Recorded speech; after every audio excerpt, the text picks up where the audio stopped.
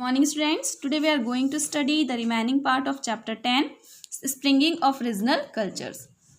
इस चैप्टर का हम हाफ पार्ट पिछले पीरियड में रीड कर चुके थे, है ना, जिसमें हम इंडियन कल्चर के बारे में पढ़ रहे थे, है ना, जिसमें हमने लैंग्वेज के बारे में पढ़ा था, ठीक है, इंडिया की।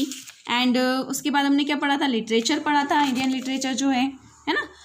उसके बाद हम लोग पेंटिंग पढ़ रहे थे। पेंटिंग में हमने सल्तनत पीरियड की पेंटिंग के बारे में पढ़ा था। अब हम उसको आगे कंटिन्यू करेंगे। The Mughal period. The Mughal emperors took a great interest in painting. The art of miniature painting reached a new height under the Mughals. Akbar established many royal karkhanas or workshops in which painters honed their craft. Mughal ampere जो है वो painting के मतलब बहुत ज़्यादा शौकीन थे, या बहुत ज़्यादा मतलब कि उनका बहुत ज़्यादा इंटरेस्ट था, है ना, पेंटिंग में। मिनिएचर पेंटिंग की जो आर्ट है वो मुग़ल के समय में चरम पर थी, ठीक है। एंड अकबर ने रॉयल कारखानाज एंड वर्कशॉप्स बनवाई थी जहाँ पर पेंटर्स जो है वो क्राफ्ट वर्क किया करते थे। जो पेंटिंग की जो आर्ट है वो जहांगीर के समय में बहुत ज़्यादा मतलब डेवलप हुई, क्योंकि वो खुद एक अच्छा पेंटर था और यूनिक स्टाइल के जो मतलब पेंटर वगैरह जो थे उनको अपने राज दरबार में वो रखता था, ठीक है। उसके कुछ पेंटर थे उसके राज दरबार में, कौन कौन से थे, बिशन दास, मुराद, मंसूर एंड बहजाद, ठीक है। जो भी सीन वगैरह पेंटिंग में डेपिक्ट की जाती थी वो एवरीडे लाइफ से रिलेटेड होती थी, पॉपुलर थीम थी उस समय, ठीक है। औरंगजेब के समय में मतलब किसका डिक्लाइन हो गया था, किसका, पेंटिंग का। क्यों? क्योंकि वो उसने पेंटिंग को डिसअप्रूव कर दिया था, ठीक है। एंड वो अन इस्लामिक मानता था पेंटिंग को, ठीक है। और जो भी रॉयल पेट्रोनेज थे या जो भी मतलब पेंटर वगैरह जो थे उनको कोर्ट से डिसमिस कर दिया था, ठीक है। तो ये जो पेंटर थे वो या तो कहीं मतलब कि नोबल के यहाँ पर जाकर या नोबल के लिए कार्य करने लगे, या किसी भी रीजनल किंगडम में चले गए थे। The regional kingdoms, 3 distinct provincial style of painting developed. First style कौन सी थी, द कांगड़ा स्टाइल। दूसरी कौन सी है, Rajasthani style. And third one is Deccani style. Kangra style जो है वो किस पर बेस्ड थी, हिल्स ऑफ पंजाब, मतलब पंजाब की पहाड़ियों पर बेस्ड थी ये, है ना। राजस्थानी जो स्टाइल है वो कहाँ पर सेंटर थी, मेवाड़, बूंदी, बीकानेर, कोटा एंड किशनगढ़, ठीक है। यहाँ पर ये स्टाइल को मतलब इस स्टाइल की पेंटिंग की जाती थी। डेक्कनी स्टाइल ये डेक्कन में या साउथ में पॉपुलर थी। इन सब में जो है वो राजस्थानी स्टाइल या राजपूत स्टाइल जो है, ठीक है, ये बहुत ज़्यादा मतलब इसमें बहुत ज़्यादा उन्नति हुई थी, है ना। इसमें क्या होता था कि इसकी मेन खास विशेषता क्या थी राजस्थानी स्टाइल की, कि इसमें जो भी पेंटिंग वगैरह की जाती थी, है ना, वो किससे रिलेटेड होती थी, धार्मिक या पौराणिक कथाओं, मतलब भगवान जो कृष्ण है, ठीक है, उनसे रिलेटेड जो भी पौराणिक कथाएं हैं उससे रिलेटेड ये पेंटिंग हुआ करती थी। रागमाला जो है ये पेंटिंग्स जो है वो अभी भी फेमस है, ठीक है, बहुत ज़्यादा famous. Music, the Indian style of music was influenced by Persian musical forms. There was a fusion of Persian, Arabic and Indian musical styles which developed as a new form of music called Indo-Persian. Indian music की जो Indian style है, भारतीय शैली जो है संगीत की, वो किससे प्रभावित थी, पर्सियन म्यूजिकल फॉर्म से प्रभावित थी, ठीक है। तो क्या हुआ था, Persian, Arabic and Indian music इनका फ्यूजन कर दिया गया, मतलब मिश्रण हो गया, तो एक नया फॉर्म बना म्यूजिक का, जिसका क्या नाम है, जिसको क्या कहा गया, इंडो पर्सियन। द सल्तनत period, the Turks brought with them new musical instruments such as the rawab and the sarangi. अमीर Khusro was a famous poet and musician. तुर्क जो थे वो भारत आए थे तो अपने साथ मतलब म्यूजिक कुछ नए म्यूजिकल इंस्ट्रूमेंट्स लेकर आए थे, जैसे रवाब, सारंगी, है ना। अमीर खुसरो जो है जिसका नाम पहले भी हमने पढ़ा है फेमस पोएट के रूप में, ठीक है, वो एक म्यूजिशियन भी था, ठीक है, संगीतज्ञ भी था। उसने क्या किया था, पर्सियन एंड इंडियन मेलोडीज को कंबाइन किया था और जो न्यू राग से हैं, ठीक है, नए नए जो राग हैं उनको प्रोड्यूस किया था, ठीक है। जो न्यू फॉर्म इसके साथ साथ उन्होंने म्यूज़िक का जो नया फॉर्म है उसको पॉपुलराइज किया था, जिसको क्या क्या कहा जाता था, कव्वालीज। कव्वाली सुनी होगी ना आप लोगों ने, वही, ठीक है। उसके साथ साथ म्यूज़िक में कई सारे वर्क किए, ठीक है। उसके बाद उन्होंने सितार को इन्वेंट किया, है ना। Devotional music, devotional music means भगवान से संबंधित, ठीक है, या भजन जिसको कहा जाता है। Devotional music was very popular during this time. The Sufi and bhakti saints popularised group singing. Devotional music इस समय पर बहुत ज़्यादा लोकप्रिय था, ठीक है। एंड सूफी एंड भक्ति संत जो थे उन्होंने ग्रुप सिंगिंग को पॉपुलराइज किया। भक्ति संत ने डिवोशनल म्यूजिक जो है, भजन वगैरह जो है उनको पॉपुलराइज किया। चैतन्य महाप्रभु का नाम सुना होगा आपने, है ना, उन्होंने अपनी भक्ति को डिवोशनल सॉन्ग्स के थ्रू एक्सप्रेस किया, है ना। The regional kingdoms. The rulers of the regional kingdoms were also great patrons of music. Jaunpur and Gwalior were particularly famous for music. Regional kingdoms के जो शासक थे वो भी संगीत प्रेमी थे। जौनपुर एंड ग्वालियर दो ये पर्टिकुलर मतलब कि क्षेत्र थे जो म्यूजिक के लिए फेमस थे। ठीक है, 2 वर्क्स इस समय किए गए थे म्यूजिक पर, कौन कौन से, गुनियाल उल मुनियास एंड संगीत शिरोमणि। ठीक है, इसको कंपाइल किया गया था जौनपुर के शासक के शासनकाल में। ठीक है, एंड सुल्तान हुसैन शाह सरकी जो है, जो ये भी जौनपुर के थे। ठीक है, तो इन्होंने भी मतलब इनका भी म्यूजिक में बहुत ज़्यादा इंटरेस्ट था और इन्होंने एक नई राग क्रिएट की थी जिसका नाम क्या था, द ख्याल। राजा मानसिंह तोमर ग्वालियर के थे जिनका नाम सबने सुना होगा, वो भी संगीत प्रेमी थे, है ना।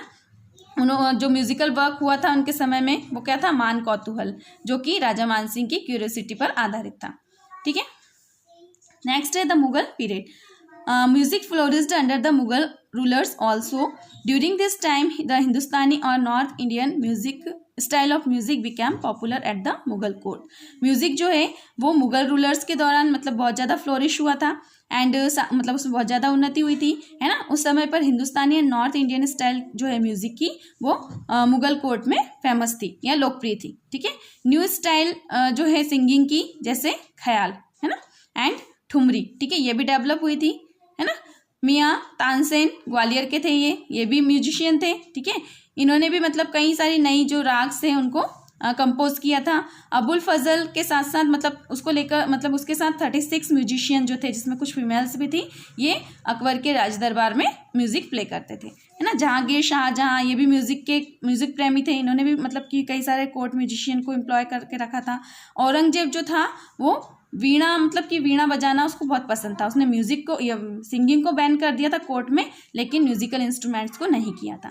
ठीक है, dance. During the medieval period each region of India slowly began to evolve its own classical dance form. Medieval period के दौरान प्रत्येक जो क्षेत्र था इंडिया का, है ना, वहाँ पर क्लासिकल डांस फॉर्म भी विकसित होने लगा था, है ना। जो रीजनल किंगडम्स थे उन्होंने डांस को बढ़ावा दिया, है ना। अधिकांश जो क्लासिकल डांस है वो कहाँ पर होते थे, टेम्पल्स में। ठीक है, classical dances in South India specially Tamil Nadu the classical dance form Bharatanatyam evolved as a temple dance. South India में देखे खास करके तमिलनाडु में जो क्लासिकल डांस फॉर्म है भरतनाट्यम, ठीक है, यहाँ का डांस है ना, ये कहाँ पर हुआ करता था, मतलब टेम्पल डांस के रूप में विकसित हुआ था। चोल रूलर जो थे patronised this dance, Chola ruler ने इस डांस को मतलब पैट्रोनाइज किया, है ना। एंड कई सारे चोल स्कल्पचर्स जो मूर्तियाँ होती जैसे ये, है ना, भरतनाट्यम डांसर्स के फीचर्स होते थे। एंड जो गर्ल्स इस डांस को जो परफॉर्म करती थी उनको क्या बोलते थे, देवदास कहा जाता था। ठीक है, 20th सेंचुरी में क्या होने लगा, ये जो डांस था पहले मंदिरों में होता था, लेकिन 20th सेंचुरी से ये डांस कहाँ होने लगा, स्टेज वगैरह में होने लगा पब्लिक के लिए। ठीक है, मंदिर से बाहर। कथकली सुना है इसका नाम भी आपने, Kathakali the dance of Kerala, कहाँ का डांस है, केरला का। Evolved during the late medieval period, late medieval period के दौरान ये विकसित हुआ था। कथकली का मीन्स क्या होता है, स्टोरी प्ले।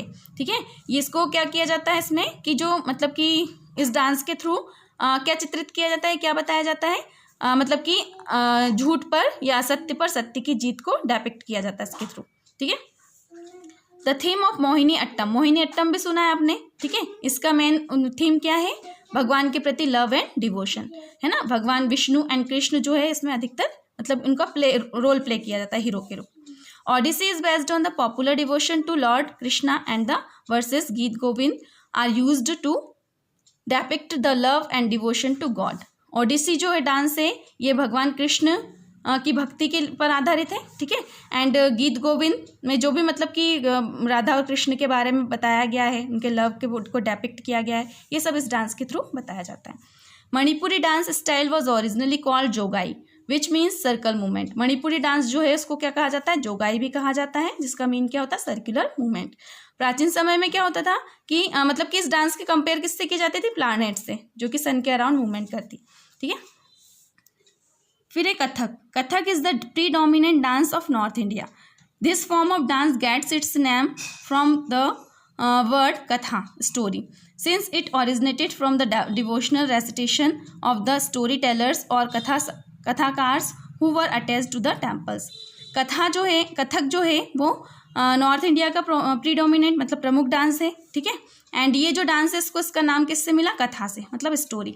ठीक है, ये किससे ओरिजिनेट हुआ, जो भी कथाकार है ना, उनकी जो भक्ति है, ठीक है, उनकी भक्ति से जो टेम्पल से अटैच होती हैं, उनकी जो भक्ति है, उनकी जो लगन है, उससे इस डांस का मतलब कि डांस को नाम मिला है, ठीक है, Kathak. Then Kuchipudi dance had its origin in the state of Andhra Pradesh. इसकी ओरिजिन कहाँ से, इसकी उत्पत्ति कुचिपुड़ी की आंध्र प्रदेश से, ठीक है। ये हिंदू एपिक्स जो है, मतलब जो महाकाव्य है, मिथोलॉजिकल जो टेल्स है, मतलब पौराणिक कथाएं हैं, ठीक है, उनको प्रेजेंट करता है, उनके सीन प्रेजेंट करता है किसके थ्रू, डांस, ड्रामा, म्यूजिक, है ना, डांस, एक्टिंग, इनके थ्रू ये प्रेजेंट किए जाते हैं।